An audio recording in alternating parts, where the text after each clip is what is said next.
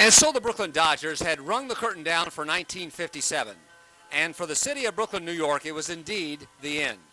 For the Dodgers opened up their 1958 season as the Los Angeles Dodgers, a move that to this day preys on the minds of their remaining Flatbush faithful.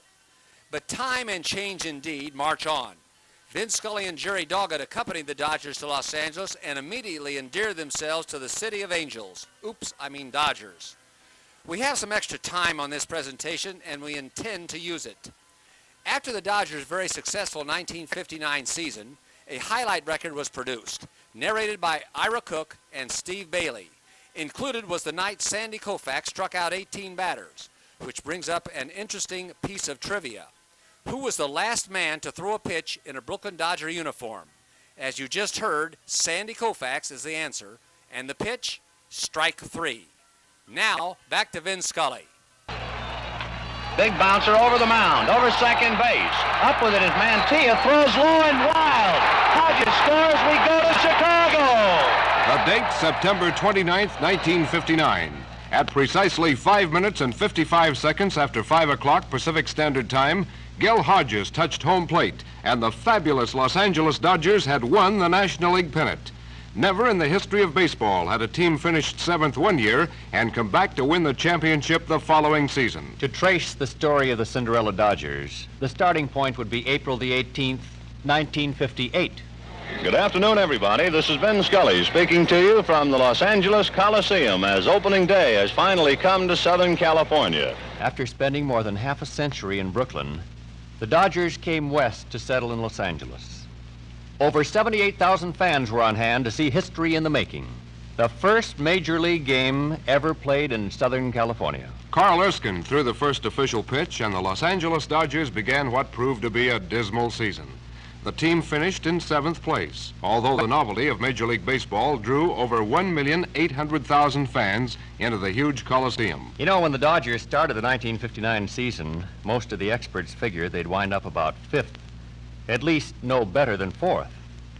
Well, the 59 team contained practically the same personnel as the 1958 squad, with the exception of Wally Moon, an in-and-out left-handed batting outfielder. Wally was obtained from the St. Louis Cardinals in an off-season trade. But what a difference Mr. Moon made, as you will hear later on. The Dodgers got off to a good start in 1959, staying in contention right from the opening gun.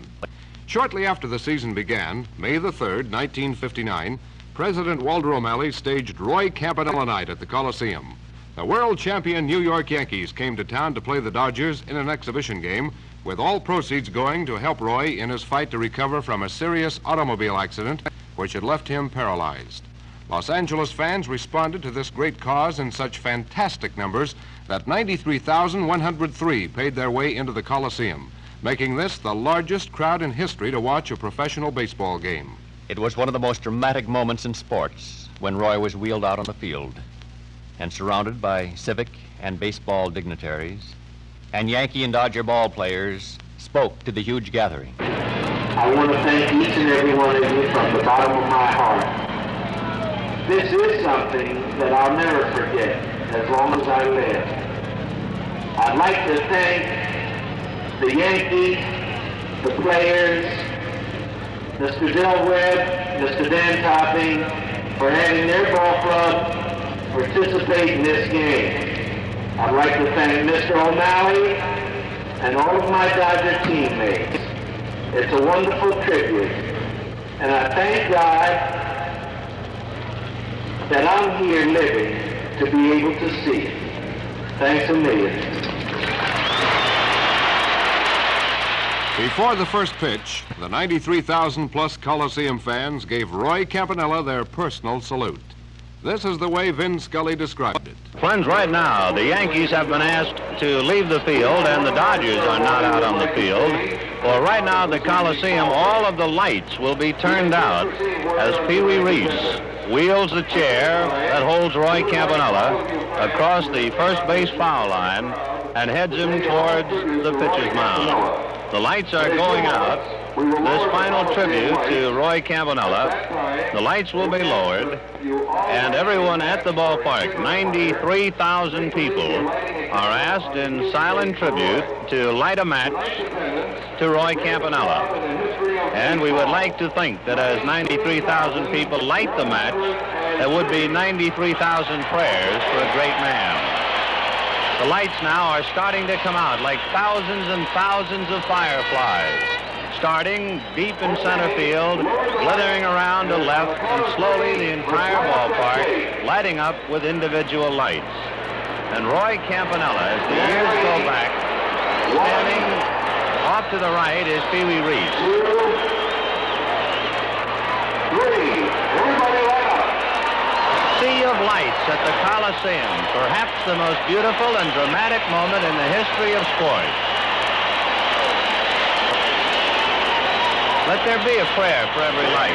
And wherever you are, maybe you, in silent tribute to Campanella, can also say a prayer for his well-being. Roy Campanella, for thousands of times, made a trip to the mound to help somebody out. A tired pitcher, a disgusted youngster, a boy who perhaps had his heart broken in a game of baseball. And tonight, on his last trip to the mound, the city of Los Angeles says hello to him. Listen. Few will remember the final score of that Yankee-Dodger exhibition. But the thousands who were there and the many thousands who heard it on radio will remember. When the Dodgers moved west, so did the Giants. And if anyone thought this great baseball rivalry would suffer from the change, they couldn't have been more wrong. The date is May the 30th, 1959. Los Angeles and San Francisco met at the Coliseum in their first important series of the season. It's the top of the 6th inning. Orchids to Vin Scully for a magnificent description of one of the wildest rhubarbs baseball has ever known. Drysdale ready, and the 1-1 pitch. Curveball cut on is a high fly ball right down the left field line. Right on the line, hits the foul pole and kicks foul. That's just about as foul as you can get without being fair. Willie Mays hit the foul pole, and it kicked off in foul ground. Wrigley is telling Mays to trot all the way around. Solly Parker and Bill Wrigley appealing to third base umpire Dusty Bodges. And now they're going to wave Mays around, and here come the Dodgers after Bodges.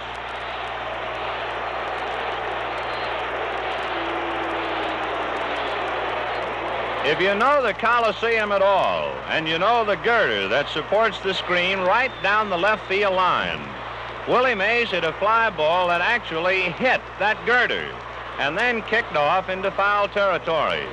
At first, Dusty Bodges called it foul, but Wrigley told Mays to go around anyway, and after Wrigley and Solly Parker got into the discussion, Bodges suddenly ruled home run. The Dodgers came racing out of the dugout. A firecracker goes off back of home plate like to scare everybody out of 10 years' growth. And the argument continues directly back of third base along the line. All 4 umpires, along with a heated group of Dodgers. And the rhubarb continues about 30 feet down the line.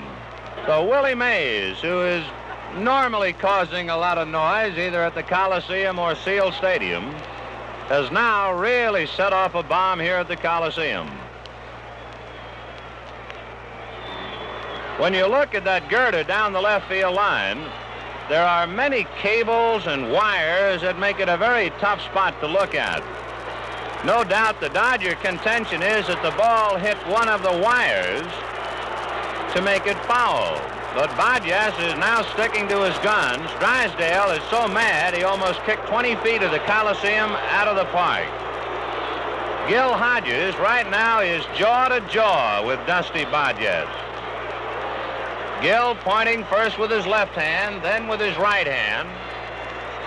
Drysdale appealing to the gods right now. He just wants to holler at anybody who'll listen. Don Zimmer is arguing with Tommy Gorman. The other 3 umpires now leave Bodges alone, and he is in the midst of lions. Don Zimmer, Don Drysdale, Walter Alston, Gil Hodges, and Wally Moon are blistering Bodges, and Dusty every now and then seems to punctuate a Dodger sentence by pointing with his left hand to that left field foul pole. At the very top of the foul pole, there are two slanting guide wires. One goes from the top of the pole to the right down to the screen, and the other one goes from the top to the left down to toward the stands. The Dodger contention is that the ball hit the guide wire going to the left and would be fouled. Alston and Hodges and Zimmer and Moon continue to appeal. Gorman now tells Hodges to walk away, but Hodges goes right after Gorman. Zimmer will be hoarse in another 2 minutes. The veins on each side of his neck bulging out like the cable that actually holds up the left field screen. Bodges sticking to his guns. The Dodgers continue to appeal, but Mays has touched all the bases and will come in with a home run. Gorman, who is the captain of this umpiring quartet, has now summoned Bill Wrigley out of the Giant dugout, and both Gorman and Salty Parker are flanking Bill Wrigley, and of course Gorman doing all the talking. Meanwhile, the Dodgers are still around Bodges at third, but watching Wrigley's reaction, it looks like Gorman is going to call it foul, and Wrigley is about ready to eat his glasses. Alston has walked away like a Philadelphia lawyer who has just won his case. Wrigley slams his hat down and the gray hairs glistening under the lights. Bill is now going jaw to jaw with Bodges. Now he kicks at the dirt. Hands on his hips, left hand thrown high in the air. Ed Sudol comes in to quiet the Giant manager down. Wrigley's left hand, then his right hand up in the air. Now his hat is back on. So first the Dodgers appeal and walk away, and now it's Wrigley's turn to be on the griddle. All four umpires appear to be trying to placate Wrigley. Presenting their case, the Giant manager now starting to walk around, slamming his hands together, pointing with the right hand, then with the left. Now a big sweeping gesture with the left hand. Gorman comes after him now as if Wrigley must have touched a nerve, and Gorman goes chewing right back after the Giant manager. Wrigley now goes after Gorman, points with his left hand to that girder. Gorman answers with a right-handed gesture. Wrigley bows at the waist with a sweeping right hand, and Gorman and Wrigley are really going at it. Bodges comes over, and Wrigley, like a mad traffic cop now, with a right hand, indicating that all the umpires are mad. Wrigley kicks at the dirt, walks away with a hopeless gesture of both hands. Willie Mays comes out. Wrigley drapes his left arm around Mays' shoulder and sends him to go to second base. I'll meet you halfway, and what a riot.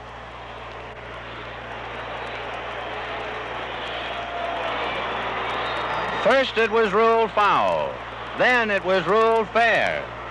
Then the Dodgers won half a case and got Mays to go to second base.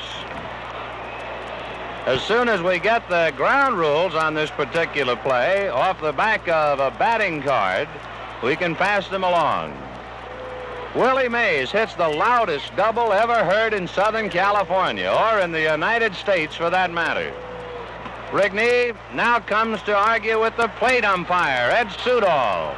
Sudol pointing with his right hand towards the screen, Wrigley pointing with his right hand, let's say, towards the Dodger dugout.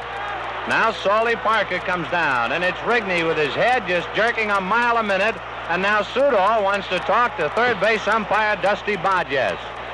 It's a fight, a blow-by-blow verbal battle. Wrigley has Bodges on his left and Sudol on his right, and right now Wrigley is laying down the law, and the umpires come right back with words and gestures. Salty Parker, third base coach, with his arms folded across his chest, just listening right now. Wrigley is concentrating his verbal fire on third base umpire Dusty Bodges. Sudol is now trying to draw some of the wrath of the Giant manager, but Bill wants to stay with Bodges. Now, plate umpire Ed Sudol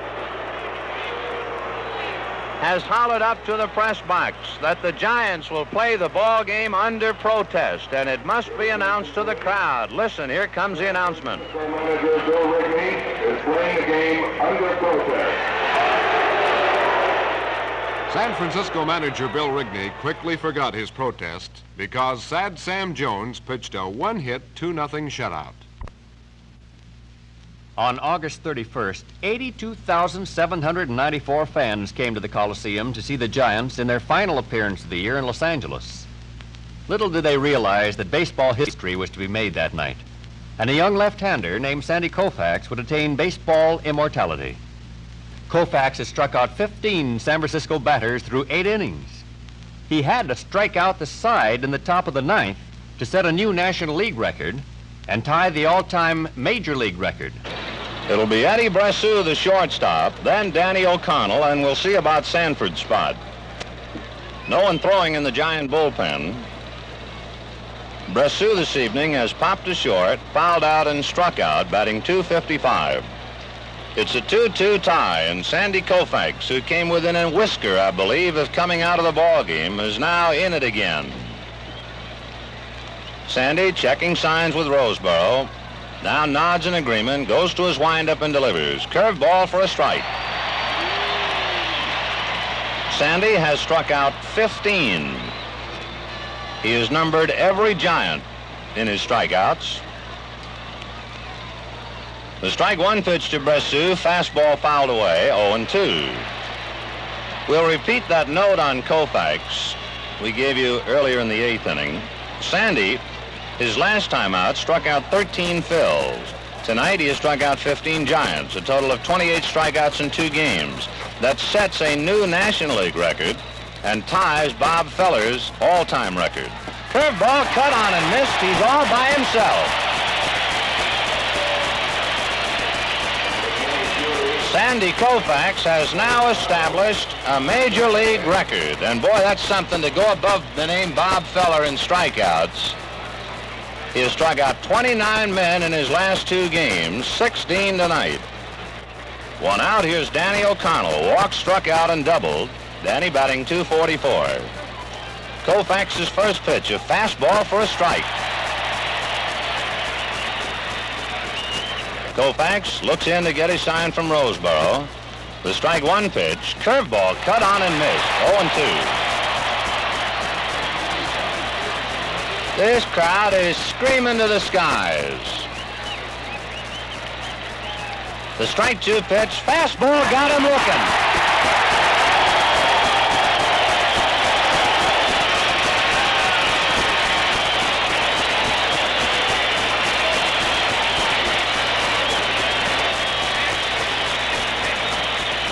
Sandy Koufax strikes out Eddie Bressu and Danny O'Connell on 6 pitches, and now has established another all-time record, this one for night games. He has struck out 17 men, and here comes pitcher Jack Sanford. With his 17 strikeouts tonight, he has tied a National League record established by a pretty good pitcher by the name of Dizzy Dean. Fastball cut on and missed. Koufax is shooting for all the marbles. Just to add spice, if he should strike out Sanford, he will tie the all-time record for the most strikeouts in one game. Curveball inside, 1 ball and 1 strike. So have you got it? Koufax, with 17 strikeouts tonight, establishes a night game record, ties the National League record held by Dizzy Dean. The 1-1 pitch to Sanford. Cut on and missed, strike 2. Sandy now is 1 strike away from tying Bob Feller's record. This crowd just ready to lift the Coliseum.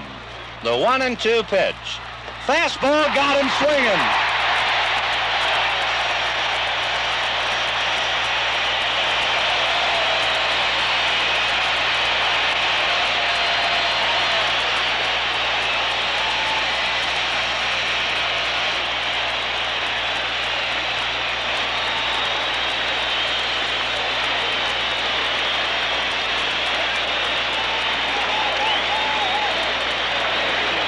Boy, I never thought I'd see it. I never thought I'd see a man strike out 18 major league players in a game.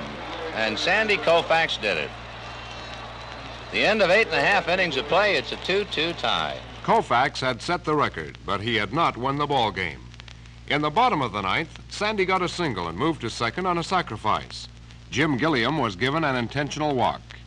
And with 2 on and 1 out, the amazing Wally Moon came to bat against relief pitcher Alan Worthington.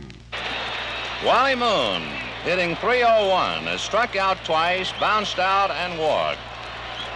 Comes up with the ball game on the line. Sandy Koufax, as Reese told him, took his lead and scratched a line in the dirt. Now looks over at the bag. Gilliam away from first. 1 out, 9th inning, a 2-2 tie. The 1-1 pitch to Moon. Cut on, there's a high fly ball to deep left field. It is gone!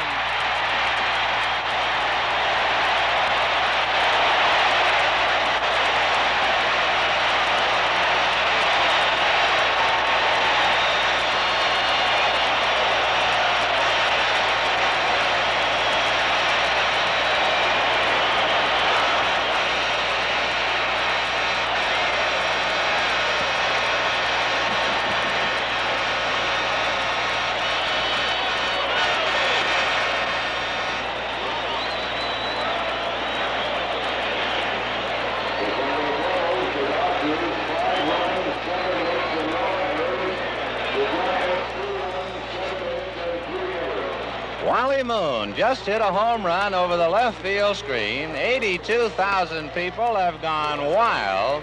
And wasn't it a wonderful touch that technically the winning run was brought over by Sandy Koufax? Oh, what a night. And by the way, the Dodgers are now 1 game out of first place. No doubt for a time, Dodger players missed those wacky, wonderful, delirious Brooklynites.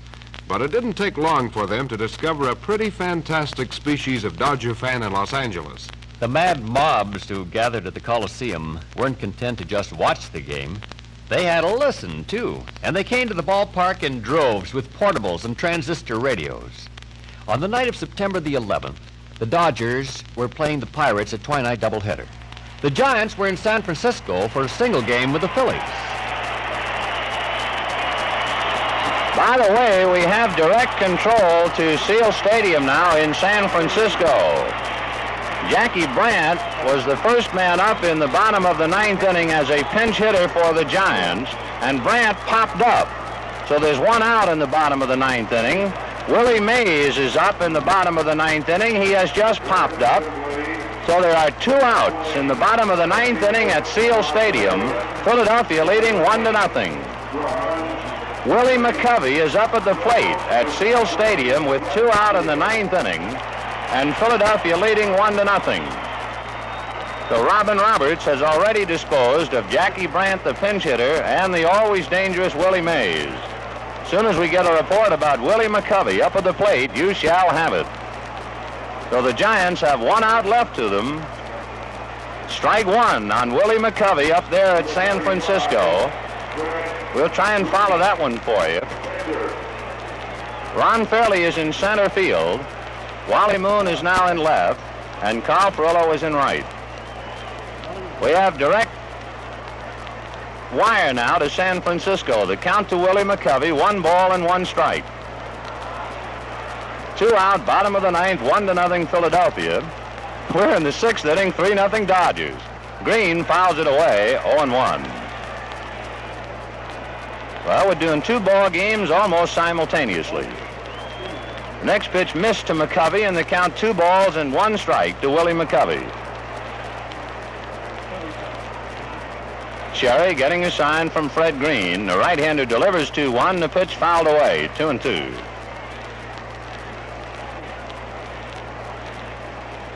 Well, if somebody tunes in late feeling good, they're really going to get confused. Ball 3 to Willie McCovey. 3-1, the count to McCovey. 2 out, bottom of the 9th, 1-0 Philadelphia. Sherry's pitch, a curve outside to Fred Green. Ball 3. Well, it's confusion, but if you're a baseball fan, you asked for it. Ball 4 to Willie McCovey. So the Giants have the tying run at first base. With 2 out in the bottom of the 9th inning, Philadelphia leads 1-0.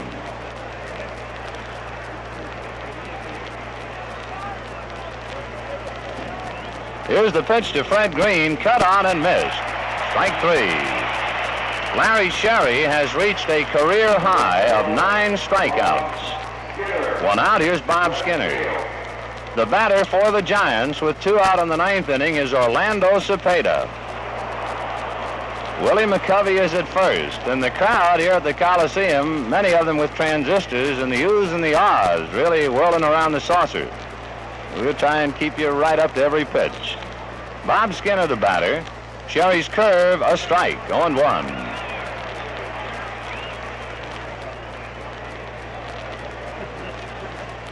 Thanks to the ingenuity of our producer-engineer Clay Sanders, we're giving you every pitch in both ballparks. Curveball to Skinner, a bouncer to Charlie Neal. He's up with it, throws him out. Orlando Cepeda has just hit a fly ball to the outfield, and it is caught. Philadelphia won it.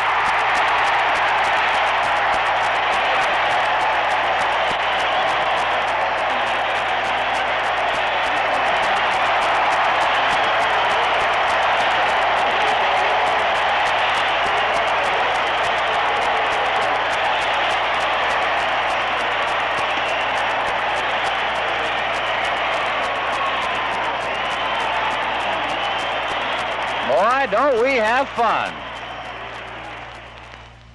An understatement, Vinny. Pittsburgh captain and shortstop Dick Grote was the on-deck hitter that night, and he almost jumped out of his uniform when that roar from the crowd went up. As the 1959 season came down to the wire, the Dodgers were faced with an 8-game road trip. When Walt Alston's Warriors swept 3 straight from the Giants, the pennant fever reached a maddening pitch. After a 2-game split in St. Louis, the Dodgers moved to Wrigley Field, Chicago for the final 3 games of the season. There loomed the possibility of a 3-way tie for the pennant among Los Angeles, Milwaukee, and San Francisco. The closing day of this pulsating pennant race saw the Giants fade away by losing a doubleheader to the Cardinals.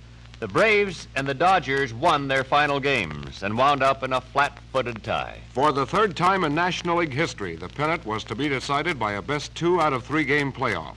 On September the 28th, on a gray overcast day at County Stadium in Milwaukee, the Dodgers shaded the defending champs 3-2 on Larry Sherry's brilliant relief pitching and Johnny Roseborough's 6th inning home run.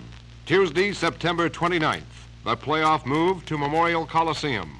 The Braves behind Lou Burdett were leading 5-2 in the bottom of the 9th. The Los Angeles Dodgers come roaring back in the bottom of the 9th, and 36,000 people are roaring with them. Here in the 9th, Moon singled, Snyder singled, Hodges singled, and Larker singled off the screen to drive in 2. Runners at first and third. Nobody out in the 9th. 5-4 Milwaukee. And the Dodgers asked Perillo to at least get Hodges over. High fly ball into deep right field. Aaron going away back. He one-hands it. Hodges scores. It's a brand new ball game. The Dodgers are 1 base hit away from Chicago. But the hit was not to come until the 12th inning. The old pros were at it again. Hodges on second, Furlow at bat. Braves pitcher Bob Rush delivers. Big bouncer over the mound, over second base. Up with it is Mantilla, throws low and wild. Hodges scores, we go to Chicago.